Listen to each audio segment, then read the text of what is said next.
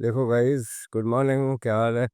आज का जो वीडियो है उसको बनाने का ऑब्जेक्टिव क्या है मैं वो पहले ही बता देता हूँ। ऑब्जेक्टिव ये है कि हम लोग अभी इतने टाइम से जो डिस्कशन किए थे अच्छी स्ट्रेटेजी ट्रेडिंग के लिए और एक अच्छे कॉन्सेप्ट को कैसे फॉलो करें क्या करें, तो काफ़ी लोगों ने इस ये क्वेश्चन पूछा था। पर्सनली मेरे को डीएम भी किया था कि ये क्या है, क्यों है, हमारे साथ रीज़न क्या है। हमने तो बहुत अच्छे से प्रैक्टिस भी करी लेकिन हम फिर भी लॉस में है।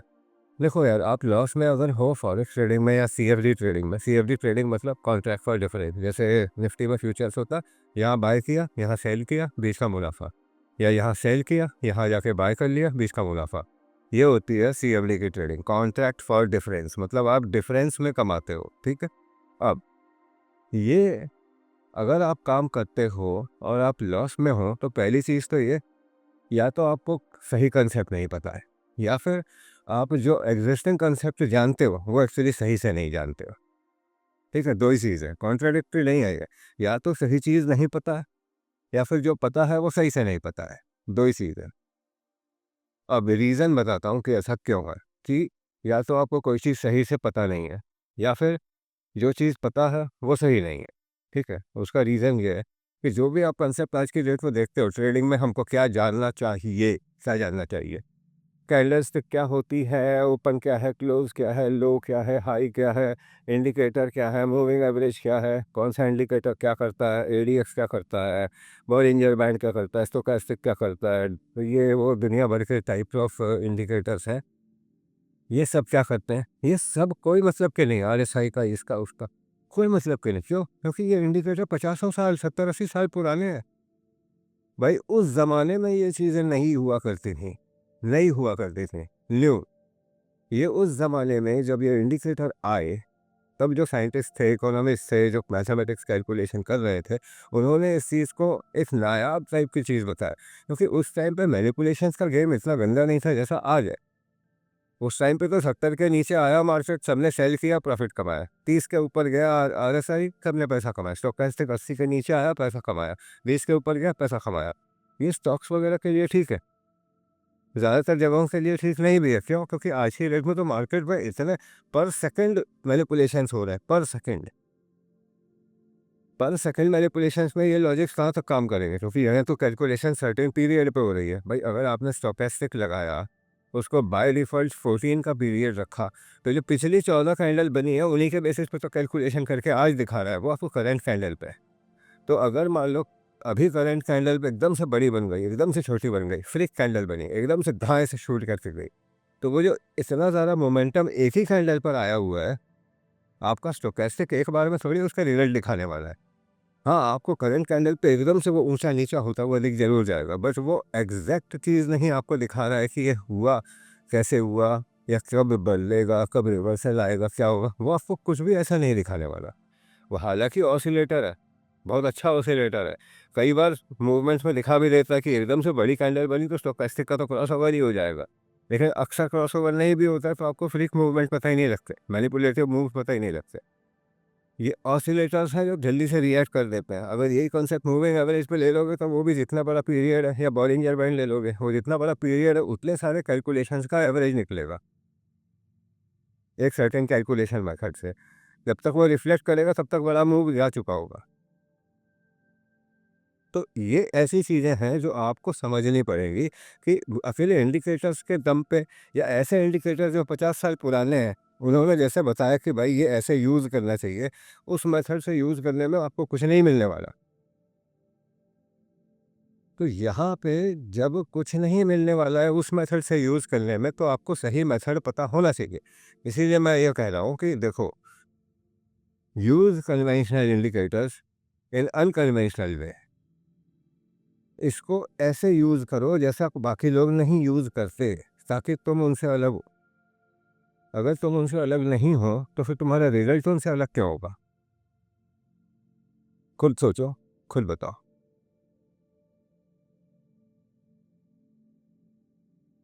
अगर आपका रिजल्ट दूसरों से अलग होना है या आपको करना है, तो आपको कुछ ऐसा करना होगा जो बाकी लोग नहीं करते हैं। अदरवाइज़ आप में और उनमें फ़र्क क्या है? जो सब लोग जानते हैं, अगर वही आप लोग जानते हो, तो फिर आप में और उनके रिजल्ट में अंतर आएगा क्यों? भाई स्कूल में जाते हैं सब लोग सेम चीज़ पढ़ते हैं स्कूल के अंदर, तो सबके नंबर बराबर क्यों नहीं आते? क्योंकि कुछ लोग ऐसे होते हैं जिनका माइंड शार्प होता है, तो वो फटाक से कोई चीज़ को पकड़ के आगे निकल जाते हैं। कुछ लोग ऐसे होते हैं जो एक्स्ट्रा ट्यूशन जा रहे होते हैं, तो वो अलग से कुछ चीज़ को पढ़ते हैं, अलग से समझते हैं, एक डिफरेंट वे में समझते हैं, तो उनको अच्छा समझ में आता है और डीपली समझ में आता है। ठीक है, कंसेप्ट वही है, लेकिन समझाने का तरीका बहुत अलग है। कन्वेंशनल वे में नहीं, अनकन्वेंशनल वे में। यहाँ कन्वेंशनल वे का मतलब जैसे स्कूल में पढ़ते हैं, जो स्कूल सिखाता है वो कन्वेंशनल वे हुआ।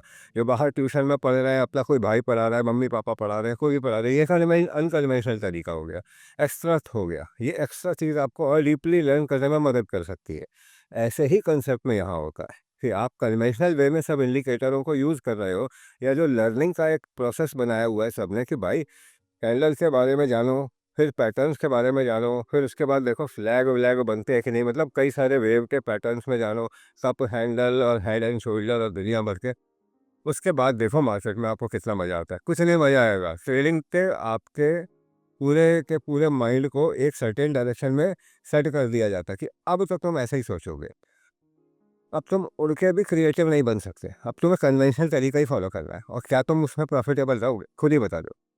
क्या कोई भी कन्वेंशनल तरीके से प्रॉफिटेबल है? जो भी प्रॉफिटेबल सच्चे यूट्यूबर हैं, वो कोई भी कन्वेंशनल तरीके से प्रॉफिटेबल नहीं बना, कुछ ना कुछ अलग करके ही बना है, कुछ ना कुछ अलग करके। ये बात ध्यान रखना। इसीलिए मैं ये कह रहा हूँ कि जिसको भी लर्न करना है या कुछ करना है, भाई मेरा कोर्स नहीं ज्वाइन करना है, मत करो। एक फ्री क्लास अटेंड करने के लिए बोल रहा हूँ, फ्री क्लास अटेंड करो। उसके अंदर देखो, समझो कि यहाँ पे हम क्या चीज़ मिस कर रहे हैं। उसके बाद तुम्हें रिलेट करना है अपने आप को मेरे से, तो करो कि हाँ भाई हम कनेक्ट होना चाहते हैं या क्या है, नहीं होना चाहते कोई बात नहीं, अपना खुद से एक जर्नी चालू करो। जर्नी मतलब कि एक डेस्टिनेशन पे पहुंचने के लिए सही रास्ता भी चुनना पड़ता है। अब यहाँ मान लो कि तुम मुंबई में हो और तुम्हें दिल्ली जाना है, तो एटलीस्ट तुम्हें इतना तो पता है कि तुम्हें नॉर्थ डायरेक्शन में जाना है। अगर तुम साउथ में निकल लिए तो तुम दिल्ली पहुँचोगे क्या? पहुँचोगे? ऐसा नहीं पहुँचोगे। कब पहुँचोगे? पहले भारत के बाद तुम्हें नीचे समंदर में जाना पड़ेगा नाव हायर करके। उसके बाद एकदम साउथ पोल के पास पहुँचोगे, क्योंकि वहाँ से साउथ पोल के बीच में कुछ है नहीं मुंबई से नीचे। तो वहाँ से सीधा चलते जाओगे, इधर उधर देखोगे तो मालदीव निकल गया, श्रीलंका निकल गया, फिर साउथ पोल पर पहुँचोगे। ठीक है, एंटार्क्टिका। वहाँ से नीचे एकदम जाओगे, पूरा एंटार्क्टिका पार करोगे, सब करोगे, उसके बाद दोबारा से ऊपर आओगे, फिर वहाँ से तुमको अलास्का, अमेरिका, रशिया सब कुछ पार करते करते फिर से वापस आ, तब तुम्हें दिल्ली मिलेगा। तो अब तुम खुद समझ जाओ कि तुम कितना भटकने के बाद दिल्ली पहुँचोगे, अगर तुम गलत डायरेक्शन में गए होते। अगर तुम सही डायरेक्शन में गए होते तो क्या होता, तुम सीधे मुंबई से ऊपर जाते, साउथ से नॉर्थ के डायरेक्शन में, धीरे धीरे दाएं बाएं देखते देखते पहुँच ही जाते। ठीक है। या फिर तुम जा रहे होते मुंबई से ऊपर, तो भी तुम्हें डायरेक्टली ऊपर तो दिल्ली मिलता नहीं, बीच बीच में रास्ता पूछते किसी से, तो बताता कि हाँ भाई थोड़ा इधर हो जाओ, थोड़ा उधर हो जाओ। लेकिन अगर तुम साउथ से डायरेक्शन में जा रहे होते, तो वहाँ से दिल्ली जाने के रास्ते में कोई अच्छा आदमी मिलता तो तुम्हें बोले था भाई यूटर्न मार जा। ये यूटर्न वाला काम भी मैं कर रहा हूँ अभी, कि भाई गलत जा रहे हो, यहाँ से उधर जा रहा है। ठीक है। और अगर तुम्हें कोई ऐसे ही आदमी मिलता बेवकूफ़ बनाने वाला, तो तुम्हें वो पहले अपने वहाँ पे बिठा लेगा, चाय पानी नाश्ता करवा देगा, उसके बाद बोलता है जैसे जा रहे हो वैसे चलते चलो। तो फिर तुम पूरे अर्थ का चक्कर लगा के ऐसे गोल घूम के और फिर जा पाते है। बात समझना कि गलत डायरेक्शन में ट्रेड करने या गलत डायरेक्शन में जाने से ये चीज़ होती है कि आप गलत कंसेप्ट जान लो, तो कम से कम गलत को एक्सेप्ट भी कर लो। अब यहाँ पे क्या हो रहा है, आपको सही कंसेप्ट जानना है तो पहले ये देख लो मार्केट है क्या। किसी को यही नहीं पता है। ठीक है, यही नहीं पता है, उनको ट्रेड करना है सिर्फ पैसा, भाई पैसा पैसा चाहिए, पैसा चाहिए, पैसा पैसा। भाई तेरे को पैसा कौन देगा जब तेरे को कोई चीज़ आती नहीं? जब तक किसी को कोई स्किल नहीं आती तब तक पैसा नहीं मिलता। कई सारे गधे जो रील बना बना के यूट्यूब पे आए ना, जो एक कमरे का घर है, सिर्फ वहाँ पे बैठ के लाइव चला दिया। भाई वो लाइव चला के भी कुछ स्किल दिखा रहा है तुमको। गधा इसलिए कह रहा हूँ क्योंकि कोई बात नहीं, उनको जो आता है वो कर रहे हैं, लेकिन कर तो रहे हैं। गधा तुमको कह रहा हूँ कि कोई भी चीज़ तुमको नहीं अगर समझ में आती तो अपने आप को गधा कहने में कोई शर्म नहीं है। मैं भी अपने आप को गधा कह दे चुका हूँ, कूद चुका हूँ। ठीक है, हाँ भाई मैं गधा हूँ। हाँ मुझे नहीं आता था ये कॉन्सेप्ट। जब ये मैंने एक्सेप्ट कर लिया, तब मैं कोई नई लर्न करने के लिए चीज़ को अपने आप को ओपन कर रहा हूँ। जो अपने आप को पहले क्रिटिसाइज कर लेता है, वही कुछ नया करने के लिए रेडी हो पाता है। ये ट्रुथ है दुनिया का कि जब तक कोई नई चीज़ नहीं सीखने को इंटेंशनल रखेगा तब तक वो नई चीज़ को सीख नहीं पाता, क्योंकि वो यही मानता है कि उसकी एग्जिस्टिंग चीज़ सबसे अच्छी है। मैं यहाँ पे जो कंसेप्ट आपको सिखाऊंगा वो कोई बहुत नायाब कंसेप्ट वाली चीज़ एकदम से आपको नहीं समझ में आएगी। पहले आपका दिमाग मुझे अनलर्न करना पड़ेगा, क्योंकि जितने गंद अभी दिमाग में बसाई हुई है ना उसकी सच्चाई पहले जाननी पड़ेगी। उसकी सच्चाई जब तुम जानोगे तब तुम उस कंसेप्ट को हटाओगे, तब तुम असली कंसेप्ट के बारे में सोचोगे कि यहाँ पे हो क्या रहा है और हमें इन सब के बीच में एकदम क्लेवर दिमाग लगा के कैसे बचना है। ठीक है, तो ये वीडियो का मेरा ऑब्जेक्टिव सिर्फ इतना था। एक फ्री क्लास के अंदर आना है, आओ, मैसेज करो। 9 तारीख को मैंने प्लान करी थी फ्री क्लास को। ठीक है, अब मेरा इंटेंशन ये है कि एटलीस्ट उसमें कुछ लोग अगर अभी यहाँ यूट्यूब से जुड़ते हैं तो ठीक है, ऑफलाइन वाले तो ठीक है, लेकिन जो ऑनलाइन वाले लोग हैं उनके लिए थोड़ा क्लास में कम से कम 10-20 लोग हो तब मैं करूँगा। तो आप कमेंट करो, अगर आपको आना है आओ, उसके बाद फिर हम क्लास को शेड्यूल करेंगे। 9 की जगह हम बीच में कभी वीकडे में भी शेड्यूल कर लेंगे। अपना एक कमेंट करने के साथ साथ एक टाइम भी बता दो कि भाई मैं अगले वीकेंड पर ज्वाइन करूँगा या कैसे करूँगा। ठीक है, तो हम उस टाइप से प्लान कर लेंगे। ठीक है, कहने का मतलब आप लोग समझ चुके हो। क्या गलती हो रही है वो जानना बहुत ज़रूरी है। ठीक है, अब क्या गलती हो रही है वो चीज़ मैं आपको रेपो क्लास के अंदर बताऊंगा। वो फ्री है, ध्यान रखना। मैं बाकी लोगों की तरह नहीं हूँ कि भाई फ्री क्लास को ज्वाइन करो, उसके अंदर तुम्हें कोच का लिंक दे देंगे, अब तुम्हें कोच लेना पड़ेगा। वो नहीं करना है। ठीक है, मैं आपको जो बता रहा हूँ वो यही है, फ्री क्लास फ्री ही है। उसमें आपको अपने कोर्स का डिटेल भी दूंगा, लेकिन आपको पहले से ही बता कर रख रहा हूँ कि भाई मेरा कोर्स बहुत एक्सपेंसिव है। ठीक है, एक्सपेंसिव मतलब रियली एक्सपेंसिव, कम से कम $2000 का मेरा कोर्स है और ये CFD ट्रेडिंग का है। इसमें आप बिटकॉइन भी ट्रेड कर सकते हो, जो आप चाहे जो भी कॉन्सेप्ट फॉर डिफरेंस का चार्ट हो वो आप ट्रेड कर सकते हो। मैं इस चीज़ को पहले भी बता चुका हूँ कि कंसेप्ट अच्छा है। मनी मैनेजमेंट मैं आपको बताऊंगा, रिस्क मैनेजमेंट क्या होता है, कैसे होता है, बैक टेस्टिंग कैसे की जाती है। अपने पास अगर कोई स्ट्रेटेजी नहीं है आपके पास, ठीक है, तो भी आप अपना कैसे स्ट्रेटेजी बना सकते हो वो भी गाइड करूँगा। ठीक है, वरना मैं अपनी ट्रेडिंग स्ट्रेटेजी अपना एक इंडिकेटर भी आपको दूंगा, वो भी सब फ्री ऑफ कॉस्ट। वरना मैं उस अकेले के और इंडिकेटर के ही 799 चार्ज करता हूँ। अकेला मेरा 499 का है, $500 अकेले के चार्ज करता हूँ, क्योंकि उस के दम पे ही बहुत सारे लोग पैसा बना चुके हैं। ठीक है, तो जो चीज़ इतनी वर्थ है उसकी एक कीमत भी होती है। तुम खुद एक बार ध्यान रखना भाई, फ्री में बचे हुए ज्ञान से तुम्हारा ही नुकसान हो रहा है, उससे कोई पैसा नहीं बनाया। तो जो चीज़ की वर्थ है उसका उतना वर्थ दो तो तुमको उसकी वर्थ भी मिलेगी। ठीक, ये एक नॉर्मल चीज़ है। फ्री में बची हुई चीज़ बहुत दिन तक नहीं चलती, क्योंकि उसकी कोई इंपॉर्टेंस ही नहीं है। चलो, और मैं ये वीडियो यहीं तक रख रहा हूँ, आप लोगों को बहुत अच्छा लगेगा, ज्वाइन करो फ्री क्लास को। मार्केट की सच्चाई क्या है, चार्ट को देखने का तरीका ही गलत है।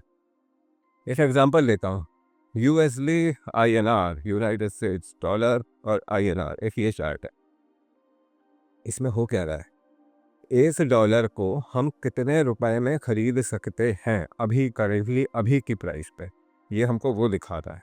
ठीक है, तो इस चीज़ को करने के लिए हमको ये देखना पड़ेगा कि ये जो चीज़ हो रही है, ये चीज़ क्यों हो रही है, कहाँ से हो रही है, ये सब कंसेप्ट फंडामेंटल्स के पार्ट है। लेकिन वो कंसेप्ट जो कि इस पे चार्ट में लगा के हम देखते हैं वो फंडामेंटल्स नहीं होता, वो टेक्निकल्स का पार्ट है। उसका रीज़न, क्योंकि हम वो चीज़ जो चार्ट पे देख पा रहे हैं, वो रेशियो, वो प्राइस, उसके बेसिस पर सर्टेन जो कैलकुलेशन करी है वो फंडामेंटल्स का पार्ट है। ठीक है, चलो रखता हूँ मैं। टेक केयर गाइस, ज्वाइन करो।